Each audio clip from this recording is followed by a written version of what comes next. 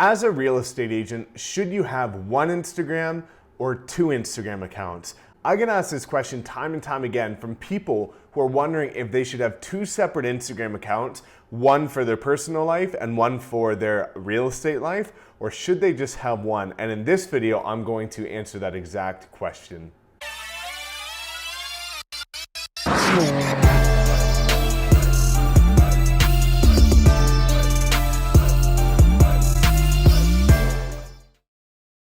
What's up, everybody? My name is Mike Sherrard. Thank you so much for tuning in as always. And if you're new, welcome to my channel. Hopefully you get some value from this video. And if you do, all that I ask in return is for you to give it a thumbs up and smash that subscribe button so you don't miss another video.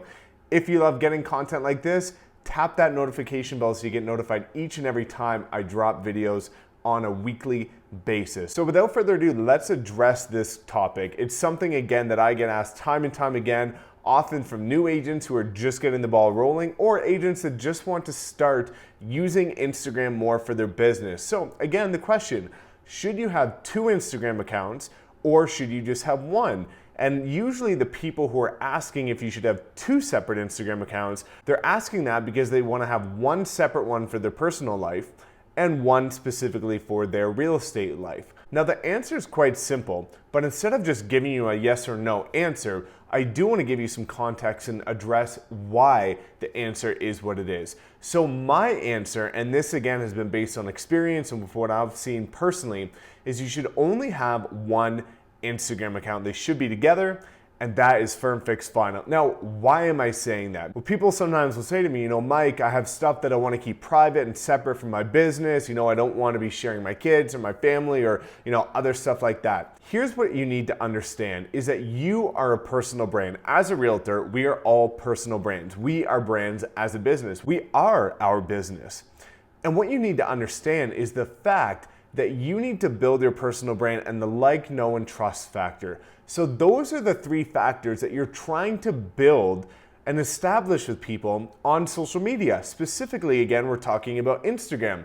But in order to do so, you need to give people an inside look at you as a person. You can't be hiding a separate life over here on a different account and then have your Instagram for real estate and try and make people believe that you're something else. Now, of course, you don't have to share too many private things. If there's certain things that you don't want to share or don't want, the masses to see, just don't share it at all. But people want to know the real you. They do want to know your passions, your hobbies, your family life. They want to get to know you and relate to you. And the only way you can do that is by having one Instagram account that you are able to share the behind the scenes of your life with people. People like to see, if you do have kids, if you do have family, a spouse, you go on family trips or whatever, people love to see that because it makes you relatable. Clients who also have kids then can relate to you.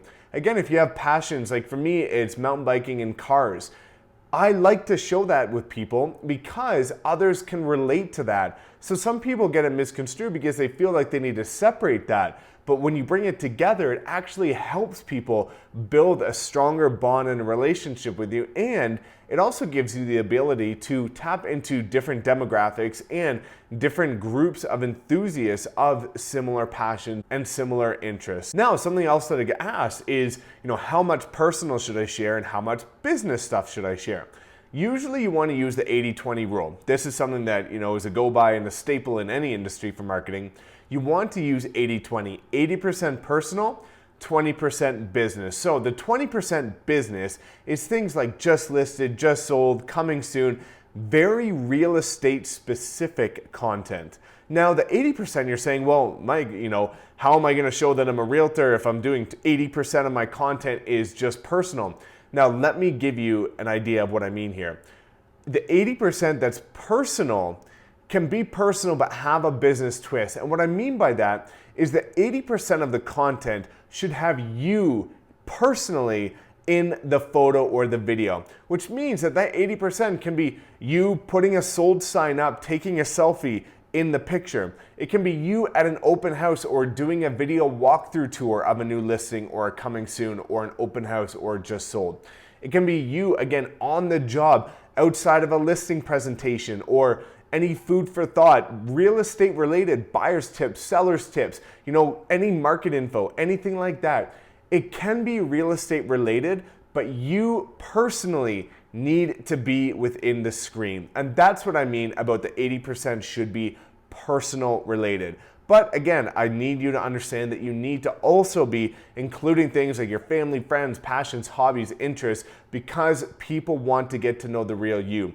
The reason why I've had such great success on Instagram is people feel like they know me. They know my personality, they know what I'm doing, and I become very relatable, and that's what you want. You want people, when they meet you for the first time in person, to feel like they already know you. And that makes the interaction so much better. And then you transition from this amazing phase from a pitch to more so a consultation, because they've already had an opportunity to get to like, know, and trust you. And they've made the decision themselves that they do like you, they do relate to you, and they resonate with who you are. So when you do meet, again, they've already made the decision that you are the one they want to work with. And that's your goal with using Instagram. So long story short, make sure you are using just one Instagram account, and also make sure that you change that account to a business account, because what a business account does is it gives you the opportunity to market, see insights and statistics and all the good data that you need to be understanding as a real estate agent. Now again, as mentioned, I do have a free masterclass for Instagram specifically for real estate, detailing how I make six figures every single year from people direct messaging me on Instagram, and how I've built a brand and used it in order to succeed in real estate. It's a free masterclass. People are absolutely loving it. So the link is in the description and in the pinned comment. Go check it out, and hopefully you get some value from that. If you have any other questions about Instagram for real estate, or whether you need to have one or two accounts, drop a comment below. I love when you guys engage with my content. Otherwise, please give this video a thumbs up and subscribe if you haven't already, and we will see you in the next video.